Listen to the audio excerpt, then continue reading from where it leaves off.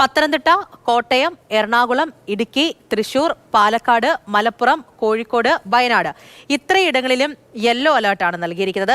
പക്ഷേ ഇടുക്കിയിലെ കാഴ്ചകളൊക്കെ നമ്മൾ കണ്ടല്ലോ. അലേർട്ടുകളൊക്കെ മാറി മറിയാൻ പോകുന്ന തരത്തിലേക്കുള്ള കാലാവസ്ഥ മാറുന്നു എന്നുള്ളതാണ്. ഇന്ന് തുലാമാസം 1 തുലാവർഷം നേരത്തെ എത്തുകയും ചെയ്തു, 2 ദിവസം മുൻപേ എത്തുകയും ചെയ്തു. അതിന് മുന്നോടിയായിട്ട് വരവ് അറിയിച്ചുകൊണ്ട് അതിനു മുന്നേ ആയിട്ട് മഴ എത്തിക്കൊണ്ടേയിരുന്നു. അങ്ങനെ ഇടുക്കിയിൽ കഴിഞ്ഞ ദിവസം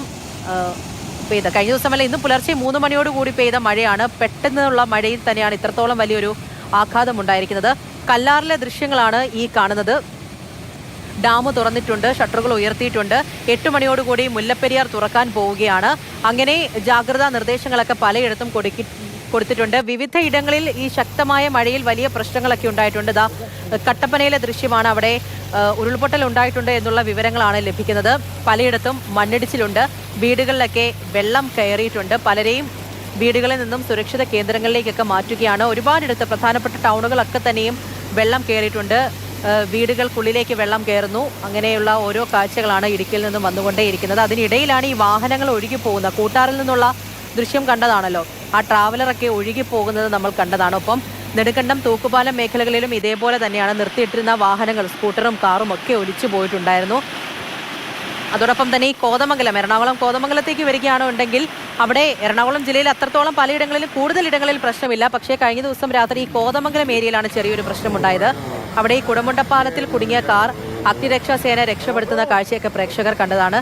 കൂട്ടാറിൽ നിന്നുള്ള ഈ ആശങ്കപ്പെടുന്ന ദൃശ്യമാണ് ഇതിൽ പ്രധാനമായിട്ടും. അതോടൊപ്പം തന്നെ കട്ടപ്പനയിൽ നിന്നുള്ള ദൃശ്യങ്ങളൊക്കെയുണ്ട്. നിതിൻ തോമസ് തുടരുന്നുണ്ട്. നിതിൻ, അല്പസമയം മുമ്പ് ഈ മുണ്ടേരുമ ഭാഗത്തു നിന്നുള്ള നാട്ടുകാർ സംസാരിക്കുമ്പോൾ അവർ ഓരോ ആശങ്കകളൊക്കെ പങ്കുവെക്കുന്നുണ്ടായിരുന്നു.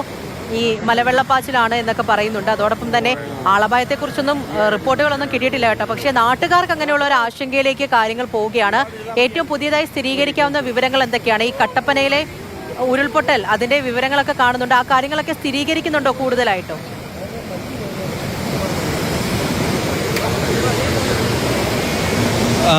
നിലവിൽ ഇതുവരെ ആളപായം ഒന്നും തന്നെ റിപ്പോർട്ട് ചെയ്തിട്ടില്ല എന്നുള്ളതാണ് നിലവിൽ ആശ്വാസം എന്ന് പറയുന്നത്. ആശ്വാസവാർത്ത എന്ന് പറയുന്നത് അത് മാത്രമാണ്. പക്ഷേ നിരവധി വീടുകൾക്കാണ് കേടുപാടുകൾ സംഭവിച്ചത്. അതുപോലെ തന്നെ നിരവധി വാഹനങ്ങൾ ഒലിച്ചു പോകുന്ന സാഹചര്യം. നെടുങ്കണ്ടത്തായാലും കട്ടപ്പനയിലായാലും ഈ മണ്ണിടിച്ചിലും ഉരുൾപൊട്ടലും ഉണ്ടായി വാഹനങ്ങളിലേക്കും വീടുകളിലേക്കും മണ്ണ് ഒലിച്ചിറങ്ങുന്ന ഒരു സാഹചര്യം. അതുപോലെ തന്നെ ഇപ്പോൾ കട്ടപ്പന വെട്ടിക്കുഴി കവല വെള്ളയാംകുടി റോഡിൽ മണ്ണിടിഞ്ഞ് ഗതാഗതം പൂർണ്ണമായും തടസ്സപ്പെട്ടിരിക്കുന്ന ഒരു സാഹചര്യമാണുള്ളത്. ആ റോഡിലേക്ക് മണ്ണിടിഞ്ഞ് കിടക്കുകയാണ്. അതുവഴി യാത്ര സാധിക്കുകയില്ല. അങ്ങനെയുള്ള സാഹചര്യങ്ങളാണ് നിലവിലുള്ളത്. അതിൻ്റെ ഒപ്പം തന്നെ ഈ നിലവിൽ മഴ കുറഞ്ഞു നിൽക്കുകയാണ് എന്നുള്ളതാണ് നിലവിൽ നമുക്ക് ആശ്വാസപ്പെടാൻ പറ്റുന്ന ഒരു കാര്യം എന്ന് പറയുന്നത്. പക്ഷേ ഇന്നലെ രാത്രി ഒക്കെ തന്നെ നമുക്ക് ഒരിക്കലും പ്രതീക്ഷിക്കാത്ത രീതിയിലുള്ള മഴയാണ് ലഭിച്ചത്. ഞാനിപ്പോൾ നിൽക്കുന്ന വണ്ടിപ്പെരിയാർ പ്രദേശം, ഞാൻ മുമ്പ് സൂചിപ്പിച്ചതുപോലെ തന്നെ കനത്ത മഴയായിരുന്നു പെയ്തത്. ഈ പ്രദേശത്ത് ഒട്ടുമിക്ക സ്ഥലങ്ങളിലും വെള്ളം കയറിയിരുന്നു. പക്ഷേ രാവിലെ ആയപ്പോഴത്തേക്കും വെള്ളം വലിയുന്നൊരു സാഹചര്യം ഉണ്ടായിരുന്നു.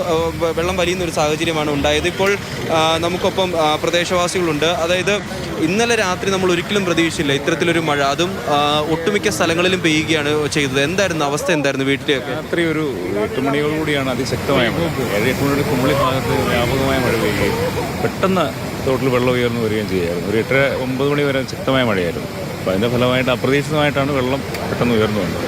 പകൽ സമയത്ത് വലിയ മഴകളൊന്നും ഉണ്ടായിരുന്നില്ല. ശേഷമാണ് മഴ ശക്തമായി. രാവിലെയൊക്കെ തെളിഞ്ഞു നിൽക്കുമായിരുന്നു. അതുകൊണ്ട് നമ്മൾ ഒരിക്കലും പ്രതീക്ഷിക്കുന്നില്ല രാത്രിയിൽ ഈ ഒരു രീതിയിലേക്ക് മഴ പെയ്യുമെന്നുള്ളതല്ലേ? രാവിലെ മഴ മുന്നറിയിപ്പ് ഉണ്ടായിരുന്നു. ഓറഞ്ച് അലർട്ടായിരുന്നല്ലോ ജില്ലയിൽ. പക്ഷേ ഇത്ര ശക്തമായൊരു മഴ പെട്ടെന്നുണ്ടാകുമെന്ന് പ്രതീക്ഷിച്ചിരുന്നില്ല. ഈ പ്രദേശത്തൊക്കെ തന്നെ വെള്ളം കയറിയിരുന്നു. ആ സ്ഥാപനങ്ങളിലൊക്കെ നമ്മുടെ സ്ഥാപനങ്ങളും ഉണ്ടല്ലോ. സ്ഥാപനങ്ങളിലൊന്നും വെള്ളം ഇവിടെ റോഡിൽ വെള്ളം നിരന്നൊഴുകുകയായിരുന്നു. ഇപ്പോൾ രാത്രിയിലെന്നാണ് പറഞ്ഞത്. രാത്രി റോഡിൽ നിരന്ന് വെള്ളം ഒഴുകി. കടകളിലൊക്കെ കുറച്ച് കടകളിലൊക്കെ വെള്ളം കയറിയിട്ടുണ്ട്. നാശനഷ്ടങ്ങൾ ഉണ്ടാവുമല്ലോ. നാശനഷ്ടങ്ങൾ ചെറുതായിട്ടുണ്ടായിട്ടുണ്ട് പല സ്ഥലം. ആ ഒരു സാഹചര്യം തന്നെയാണ് വണ്ടിപ്പെരിയാറിലുണ്ടായിരുന്നത്. പക്ഷേ ഇപ്പോൾ മഴ മാറി നിൽക്കുകയാണ്.